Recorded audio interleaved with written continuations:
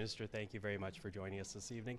So you're in there speaking to the People's Commission, and I think it's very interesting because there has been criticism of the government not doing enough to address Indigenous issues, but clearly you who have worked on the front lines take a very different view.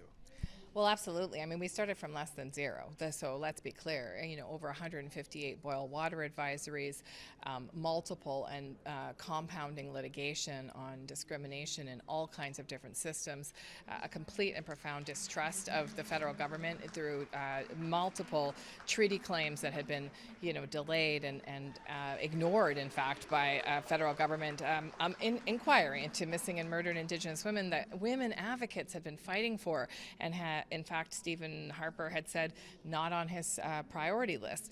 So we walked into a space where people were, I think in many cases, just extremely doubtful that the federal government would ever live up to its obligations and its promises and its legal obligations through treaty.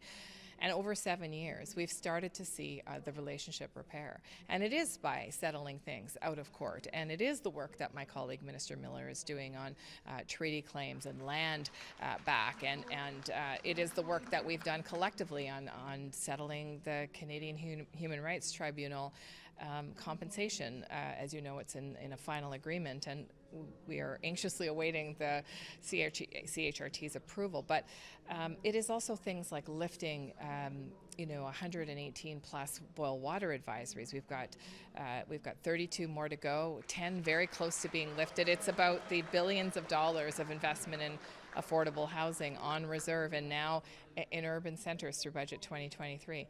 And profoundly, it's about equity. It's about a truthful, transparent relationship built on principles of equity and self-determination. And people are starting to feel that. But there is still a lot of poverty and there's still a lot of trauma. And the work continues. Well, it's interesting because, as you know, the Prime Minister has been criticized for perhaps being not sensitive enough around Indigenous issues, but here you are clearly stating to the people gathered in this room that it is because of the Prime Minister that the issue is front and center for the party. It's front and center for the country. I mean, let's be clear. What other Prime Minister has built reconciliation into the mandates of its cabinet ministers? What Prime Minister has put reconciliation at the centerpiece of what we do as a country? And what Prime Minister has understood that actually reconciliation is important to the success on many other fronts in the importance to Canadians. Think about the issues around the environment. Who have been the shepherds and the stewards of the environment for far long before Europeans arrived. And every elder that you listen to will talk about the critical nature of protecting the environment as important to human beings, never mind to Indigenous people. So I think that when we look at where we've come from, before I was a politician, working on the streets of Thunder Bay with traumatized Indigenous people in a homeless shelter who had experienced residential schools, who had experienced child welfare, the 60s scoop, and incredible discrimination in all of those systems across the country that keep people oppressed, to now where we're seeing communities begin to thrive, people starting to have hope that their children too will be able to reach their full potential. We've come a long way, and it's intentional. It's not by accident.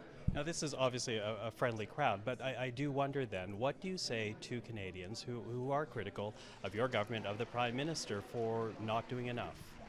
I would welcome their impatience. I would say, excellent, let's roll up our sleeves and do more together, because it's every level of government that's engaged in this work. The federal government has a critical role to play, and we will, by investing in the services and the infrastructure gaps and settling treaty claims and working with Indigenous people on priorities that they determine for themselves.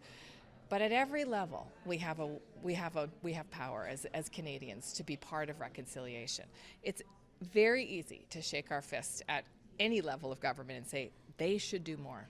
But every single person can examine their own life, their own reality, meet their neighbors, get to know Indigenous people, go to a community they've never visited that might be just a few miles outside of their own community, and start to understand the richness of this country that includes reconciliation as part of the work that we have ahead.